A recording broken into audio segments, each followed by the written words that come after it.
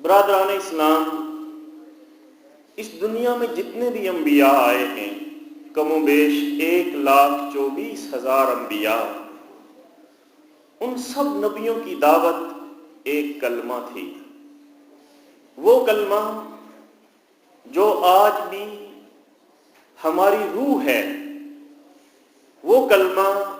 جس کا ورد آج بھی ہماری زبان پر جاری اور ساری ہے، وہ کلمہ جسے ہم اپنا عقیدہ قرار دیتے ہیں، اور وہ کلمہ جس کلمے کو پڑھنے کے بعد کوئی شخص دائرہ اسلام میں داخل ہو جاتا ہے، اور جس کلمے کا انکار کرنے کے بعد وہی شخص مرتد اور کافر ہو جاتا ہے۔ وہ کلمہ کیا ہے؟ لا الہ الا اللہ محمد الرسول اللہ، اللہ کے سوا کوئی خدا نہیں ہے، اور محمد صلی اللہ علیہ وسلم اللہ کے رسول ہیں۔ یہ کلمہ ہے لا الہ الا اللہ محمد رسول اللہ، لیکن اس کلمے کے اندر جو قوت ہے، اس کلمے کے اندر جو طاقت ہے، اس کلمے کا جو اصل مفہوم ہے، اس کلمے کا جو پیغام ہے، اس کو ہم میں سے بہت کم لوگ جانتے ہیں۔ اور سچ کہوں تو مجھے ان لوگوں سے کوئی گلہ اور شکوہ نہیں ہے جنہوں نے اس کلمے کا سرے سے انکار کر دیا ہوا ہے، وہ تو کافر ہیں۔ مجھے گلہ ان لوگوں سے ہے جو اس کلمے کو تسلیم کرتے ہیں، اس کلمے کو پڑھتے ہیں، اس کلمے کو مانتے ہیں، لیکن پھر اپنی زندگیاں اس کلمے کے بالکل برعکس اور اس کے مخالف بسر کرتے ہیں۔ کلمہ زبان سے پڑھتے ہیں، لیکن کلمے کے تقاضوں کو پورا نہیں کرتے۔ گویا ایک رٹی رٹائی بات جو مسلم سوسائٹی اور مسلم معاشرے میں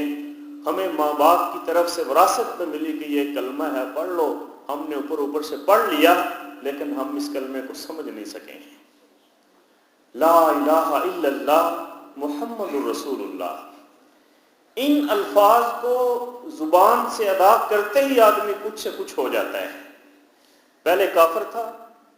اب کلمہ پڑھا، اب مسلمان ہو گیا۔ پہلے ناپاک تھا، کلمہ پڑھا، اب پاک ہو گیا۔ پہلے خدا کے عذاب اور غضب کا مستحق تھا، لیکن کلمہ پڑھا، اب وہ اپنے رب کا پیارا ہو گیا۔ پہلے دوزخ اور جہنم میں جانے والا تھا، اب اس کلمے نے اس کے لیے جنت کے دروازے کھول دیے۔ اور بات صرف اتنے ہی پر نہیں رہتی، بلکہ اس کلمے کی وجہ سے آدمی اور آدمی میں بڑا فرق ہو جاتا ہے۔ جو اس کلمے کو پڑھنے والے ہیں وہ ایک امت ہوتے ہیں، اور جو اس سے انکار کرتے ہیں وہ دوسری امت ہو جاتے ہیں۔ باپ اگر کلمہ پڑھنے والا ہے اور بیٹا اس کلمے کا انکار کرتا ہے، تو گویا اس کلمے کی وجہ سے اب باپ باپ نہ رہا اور بیٹا بیٹا نہ رہا۔ یہ کلمہ جو اتنا بڑا فرق انسان کی زندگی میں اور انسان کے رشتوں میں اور خود انسان کی اپنی ذات اور اس کی حیثیت اور اس کے مقام پر ڈال دیتا ہے، کبھی آپ نے غور کیا کہ آخر اس کلمے میں ہے وہ کیا جس کی وجہ سے اس نے انسان کو بالکل بدل کر رکھ دیا ہے، جس کی وجہ سے اس نے ایک انسان کو کچھ سے کچھ بنا دیا ہے؟ اب ذرا اس پر غور کریں کہ اتنا بڑا فرق جو آدمی اور آدمی میں ہو جاتا ہے، یہ آخر کیوں ہوتا ہے؟ کلمہ ہے کیا؟ کلمے کے اندر کیا ہے؟ یہ صرف چند لفظ ہی تو ہیں، لام، الف، ہا، میم، وا، سین، اور ایسے ہی 2-4 حروف، اور ان حرفوں کو ملا کر اگر منہ سے نکال دیا جائے تو کیا کوئی جادو ہو جاتا ہے کہ آدمی کی کایا پلٹ جائے؟ اور آدمی میں کیا بس اتنی سی بات ہے کہ جس سے زمین اور آسمان کا فرق ہو جائے؟ نہیں، آپ اگر سمجھ سے کام لوگے تو آپ خود اس بات کی گواہی دیں گے کہ نہیں، فقط منہ کھولنے اور زبان ہلا کر چند لفظ بول دینے کی اتنی بڑی تاثیر نہیں ہوا کرتی۔ ہندو لوگ، بت پرست لوگ اور مشرک لوگ تو یہ سمجھتے ہیں کہ بس ایک منتر پڑھ دینے سے پہاڑ ہل جائیں گے، زمین شک ہو جائے گی، چشمے ابلنے لگیں گے، چاہے منتر کے معنی کسی کو اس کی خبر ہو یا نہ ہو، کیونکہ وہ سمجھتے ہیں کہ ساری تاثیر صرف حرفوں میں ہے، وہی زبان سے نکلے، حرف زبان سے ادا کیے اور طلسمات کے دروازے کھل گئے، مگر اسلام میں یہ بات نہیں ہے۔ یہاں اصل چیز معنی ہے، اصل چیز مفہوم ہے۔ الفاظ کی تاثیر معنوں سے ہے۔ معنی اگر نہ ہو اور اگر اس کے معنی دل پر نہ اتریں، ان معنوں کے اندر جو پیغام ہے وہ پیغام اگر دل میں نہ اترے اور اس پیغام کے زور سے اگر تمہارے خیالات، تمہارے اخلاق، تمہارے اعمال بدل نہ جائیں تو نرے الفاظ بول دینے سے کچھ بھی اثر نہیں ہوتا۔ زبان سے اگر کہہ بھی دیا لا الہ تو کیا حاصل؟ دل و نگاہ جو مسلمان نہیں تو کچھ بھی نہیں۔ یعنی صرف زبان سے کلمہ پڑھ لینے سے کچھ فرق نہیں پڑتا جب تک اس کلمے کو اپنے اندر جذب نہ کیا جائے، جب تک اس کلمے کے معنی کو، اس کلمے کے مفہوم کو انسان اپنے دل کی گہرائیوں میں نہ اتار لے۔ صرف زبان سے وہ جتنی بار بھی کلمہ پڑھے اس کا کوئی اثر اور کوئی فرق اس کی زندگی میں نہیں پڑے گا۔ میں اس بات کو ایک موٹی سی مثال سے تمہیں سمجھاتا ہوں۔ فرض کیجئے کہ آپ کو سردی لگتی ہے اور اس سردی کا جو علاج ہے وہ ہے لحاف، روئی اور گرم کپڑے اور یہ ہیٹر وغیرہ۔ اب اگر آپ زبان سے روئی لحاف روئی لحاف روئی لحاف کا ورد کرنا شروع کر دیں اور روئی لحاف اور روئی لحاف ہی کہنا شروع کر دیں تو کیا آپ کو سردی لگنی بند ہو جائے گی؟ تم رات بھر 1,00,000 تسبیحیں روئی لحاف کی پڑھ ڈالو، آپ کی سردی ختم نہیں ہوگی۔ اس لیے کہ روئی لحاف کا مطلب یہ ہرگز نہیں تھا کہ آپ زبان سے بس وہ پڑھے اور سردی ختم ہو جائے۔ اس کا مطلب یہ تھا کہ لحاف میں روئی بھر کے اپنے اوپر اوڑھ لیں اور پھر اس میں رات بسر کریں تو آپ کی سردی کم ہو سکتی ہے اور ختم ہو سکتی ہے۔ آپ جتنی مرضی ہے تسبیحیں زبان سے روئی لحاف کی پڑھیں، کوئی فرق نہیں۔ ہاں اگر لحاف میں روئی بھروا کر اوڑھ لو گے تو سردی لگنی بند ہو جائے گی۔ فرض کریں کہ آپ کو پیاس لگتی ہے اور آپ صبح سے شام تک پانی پانی پکارتے ہو تو کبھی پیاس نہیں بجھے گی۔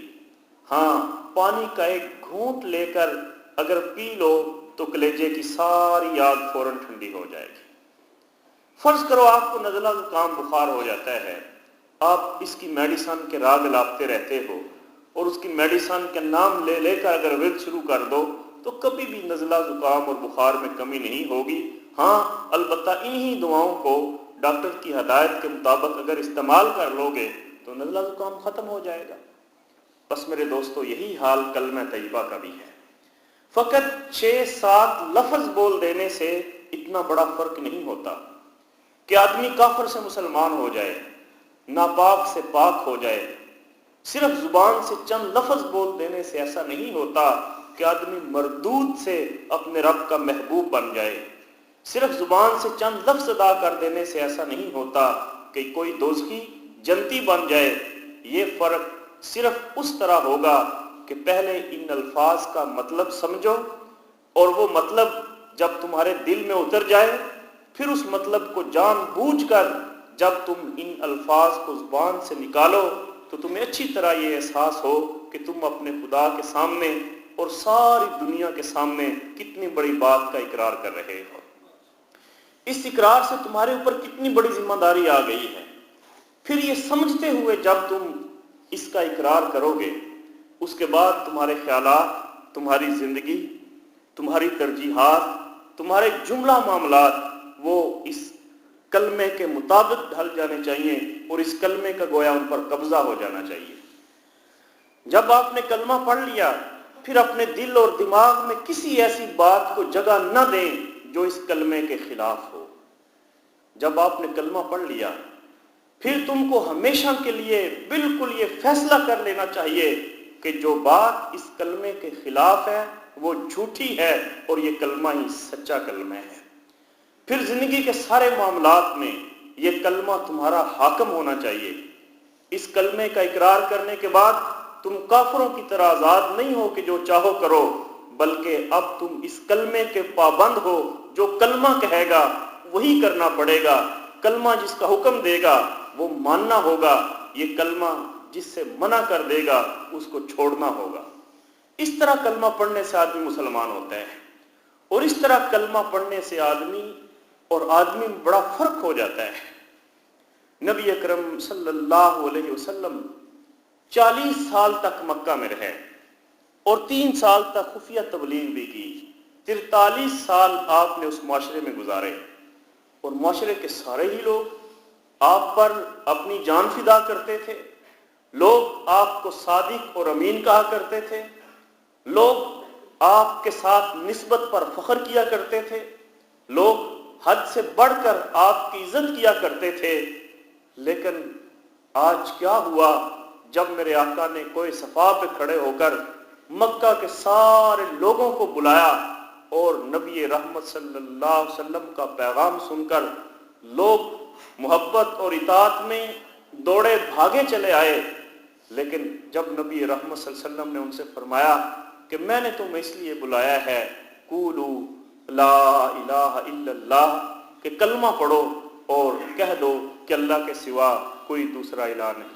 نہیں ہے۔ اب یہ عرب تھے، یہ کلمے کے معنی کو جانتے تھے، یہ اس مفہوم کو سمجھتے تھے۔ جب انہوں نے یہ بات سنی لا الہ الا اللہ، اللہ کے سوا کوئی دوسرا خدا نہیں ہے،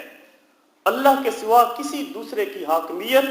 اللہ کے سوا کسی دوسرے کی الوہیت، اللہ کے سوا کسی دوسرے کی ربوبیت، اللہ کے سوا کوئی دوسرا خدا نہیں ہے،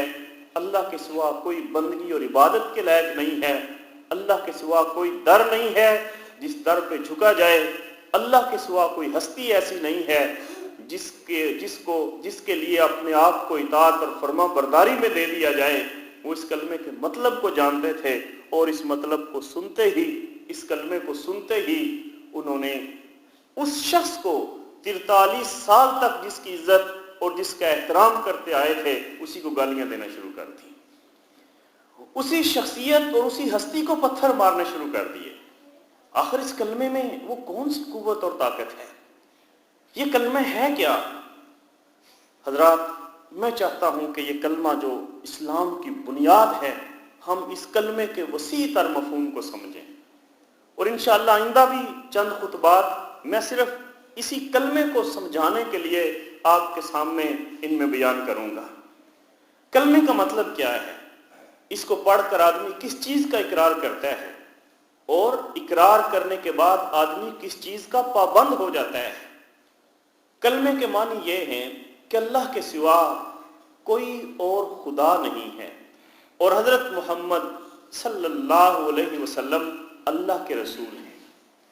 اب کلمے میں جو الہ کا لفظ آیا ہے اس کے معنی خدا کے ہیں۔ خدا اس کو کہتے ہیں جو مالک ہو، حاکم ہو، خالق ہو، پالنے پوسنے والا ہو، دعاؤں کا سننے اور قبول کرنے والا ہو اور اس کا مستحق ہو کہ اس کی عبادت کی جائے، اس کی بندگی کی جائے، اس کے سامنے جھکا جائے، اس کا ذکر کیا جائے، اس کو یاد کیا جائے۔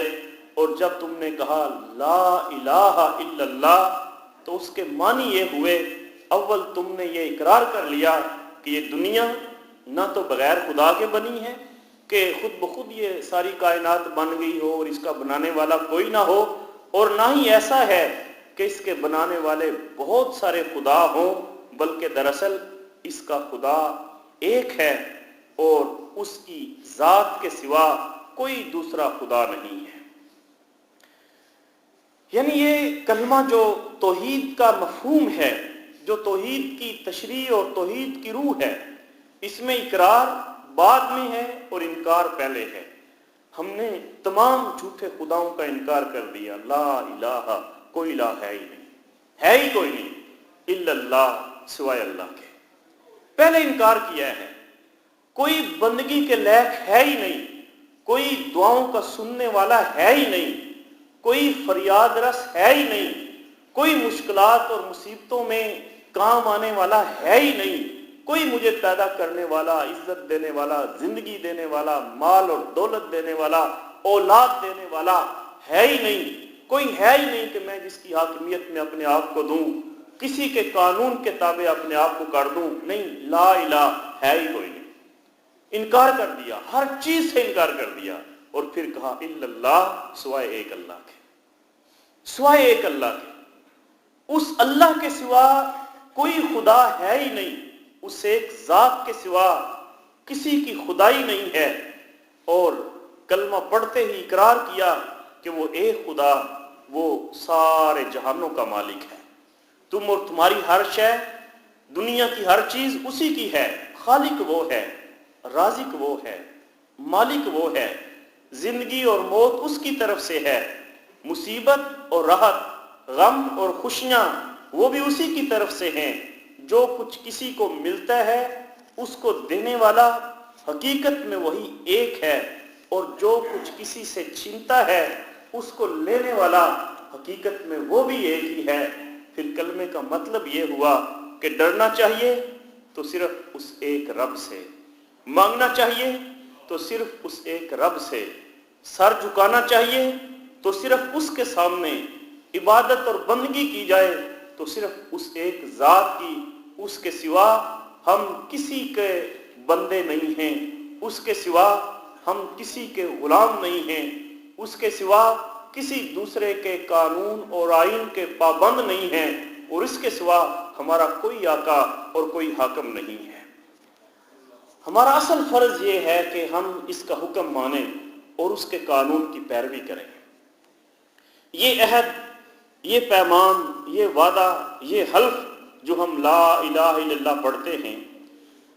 تو ہم اپنے رب سے یہ وعدہ کرتے ہیں، ہم اپنے خدا کو مخاطب کرتے ہوئے اس کے سامنے یہ اقرار کرتے ہیں، اور پھر ساری دنیا کو گواہ بنا کر کہتے ہیں کہ لا الہ، کوئی دوسرا خدا نہیں ہے۔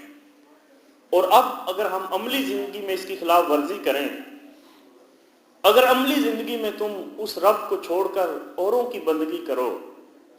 عملی زندگی میں اس ایک رب کو چھوڑ کر اوروں کی حاکمیت میں آ جاؤ اور دوسروں کی حاکمیت کو تسلیم کرو اور اپنا حاکم بنا لو، اللہ کے علاوہ دوسروں کے قانون اور آئین کی پیروی کرنا شروع کر دو، اللہ کے سوا دوسروں کے آگے اپنی جھولیاں پھیلانا اور مدد مانگنا شروع کر دو، اللہ کے سوا دوسروں سے ڈر اور خوف رکھنا شروع کر دو، اللہ کے سوا دوسروں سے اپنی امیدیں وابستہ کر لو، اللہ کے سوا دوسروں سے اپنی توقعات وابستہ کر لو، تو پھر تمہاری زبان، تمہارے ہاتھ پاؤں اور تمہارے جسم کا ایک ایک رنگ اور ایک ایک رونگٹا اور زمین و آسمان کا ایک ایک ذرہ جس کے سامنے تم نے لا الہ الا اللہ کہہ کر جھوٹا اقرار کیا تھا، تمہارے خلاف خدا کی عدالت میں یہ گواہی دیں گے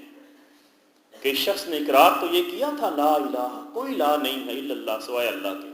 لیکن اس نے اللہ کے ساتھ نہ جانے کتنے الہ اور بنا لیے، نہ جانے کس کس کی خدائی میں یہ بھٹکتا رہا، نہ جانے کس کس کے سامنے یہ سر بسجود رہا، کس کس کو اس نے اپنا حاکم مانا، اور تم ایک ایسی بے بسی کے عالم میں اللہ کی عدالت میں کھڑے ہوو گے کہ ایک بھی گواہ تم کو صفائی پیش کرنے کے لیے نہیں ملے گا۔ اللہ کی عدالت میں آج کھڑا کر کے پوچھا جائے گا تم نے اقرار کیا تھا لا الہ الا اللہ، اور کائنات کی ایک ایک چیز یہ گواہی دے گی کہ نہیں، اس کا اقرار جھوٹا تھا۔ یہ تو زبان سے کہتا تھا اللہ کے سوا کوئی حاکم نہیں، لیکن یہ بتوں کو پوجتا رہا، یہ درختوں کو پوجتا رہا، یہ مختلف آستانوں پہ جا کر جھکتا رہا، یہ حکومتوں کی پوجا کرتا رہا، یہ وزارتوں کی عبادت اور بندگی کرتا رہا، یہ کبھی کسی ملک کے سامنے جھکا رہا، کبھی کسی وڈیرے اور جاگیردار کے سامنے، کبھی کسی قبر کے سامنے، کبھی کسی کے سامنے۔ اس نے تو اللہ کے ساتھ کوئی چیز چھوڑی نہیں جس کی بندگی اور اطاعت نہ کی ہو۔ اور آج اللہ کی عدالت میں کوئی وکیل یا بیرسٹر وہاں تمہاری پیروی کرنے والا نہیں ہوگا، بلکہ یہ خود وکیل صاحب اور یہ بڑے بڑے لوگ جو آج دور حاضر میں اپنے پاس سے دین کا مفہوم گھڑ لیتے ہیں اور دنیا کی عدالتوں میں قانون کو الٹ پھیر کرتے ہوئے اسلام کو بھی بدلنے کی کوشش کرتے ہیں، وہاں یہ بھی بے بس کھڑے ہوں گے۔ اور وہ عدالت ایسی نہیں جہاں تم جھوٹی گواہیاں اور جعلی دستاویز پیش کر کے اور غلط پیروی کر کے بچ جاؤ۔ دنیا کی پولیس سے تم اپنا جرم چھپا سکتے ہو، خدا کی پولیس سے نہیں چھپا سکتے۔ دنیا کی پولیس رشوت کھا سکتی ہے، خدا کی پولیس رشوت کھانے والی نہیں ہے۔ دنیا کے گواہ جھوٹ بول سکتے ہیں، خدا کے گواہ جھوٹے نہیں بالکل سچے اور پکے ہیں۔ دنیا کے حاکم بے انصافی کر سکتے ہیں، خدا ایسا حاکم نہیں جو بے انصافی کرے۔ پھر خدا جس جیل میں ڈالے گا اس سے بچ کر بھاگنے کی بھی کوئی صورت نہیں ہے۔ خدا کے ساتھ جھوٹا اقرار نامہ کر کے بہت بڑی بے وقوفی ہوگی اگر تم اس اقرار نامے سے پھر جاؤ۔ جب اقرار کرتے ہو تو خوب سوچ سمجھ کر کرو اور اس کو پورا کرو، ورنہ تم پر کوئی زبردستی نہیں ہے۔ خواہ مخواہ زبانی اقرار کر لو، کیونکہ خالی محض زبانی اقرار وہ صرف ایک پکار ہے جس کی اللہ کے ہاں کوئی اہمیت نہیں ہے۔ لہذا کلمے کی پہلی شک لا الہ، کوئی اللہ کے سوا الہ ہے ہی نہیں ہے۔ اس میں بڑی وسعت ہے۔ اس کا مطلب کیا ہے لا الہ الا اللہ؟ اللہ کے سوا کوئی معبود نہیں ہے، لا معبود الا اللہ، اللہ کے سوا کوئی معبود نہیں ہے جس کی بندگی کی جائے۔ لا حاکم الا اللہ، اللہ کے سوا کوئی حاکم نہیں ہے جس کی حکومت کو تسلیم کیا جائے۔ اقتدار اعلیٰ کا مالک صرف وہ ذات، صرف وہ اکیلا رب ہے، باقی اس کی دی ہوئی مانتے ہیں، اسی کے فیصلوں کے مطابق کو استعمال کرتا ہے تو ٹھیک، اگر کوئی سے بغاوت کر کے خود کو اقتدار کی کرسی پہ بیٹھ کر انا ربکم الاعلیٰ سمجھتا ہے اور اس کو ماننے والے وہ دراصل کلمے کا انکار کر رہے ہیں۔ اس کا کوئی شریک نہیں ہے، اس کا کوئی پارٹنر نہیں ہے، کوئی اس کا ساجی نہیں ہے، اس کے کام میں کوئی شریک نہیں ہے، وہ وحدہ لا شریک ہے۔ اس کی بندگی میں، اس کی عبادت میں،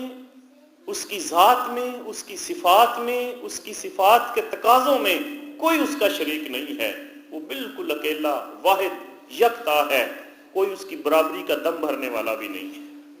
لہذا قانون بھی اسی کا، حاکمیت بھی اسی کی، اطاعت اور فرما برداری بھی اسی کی، بندگی اور عبادت بھی اسی کی۔ اس کے ساتھ کسی دوسرے کو شریک کرنا کلمے کا انکار کرنے کے برابر ہے۔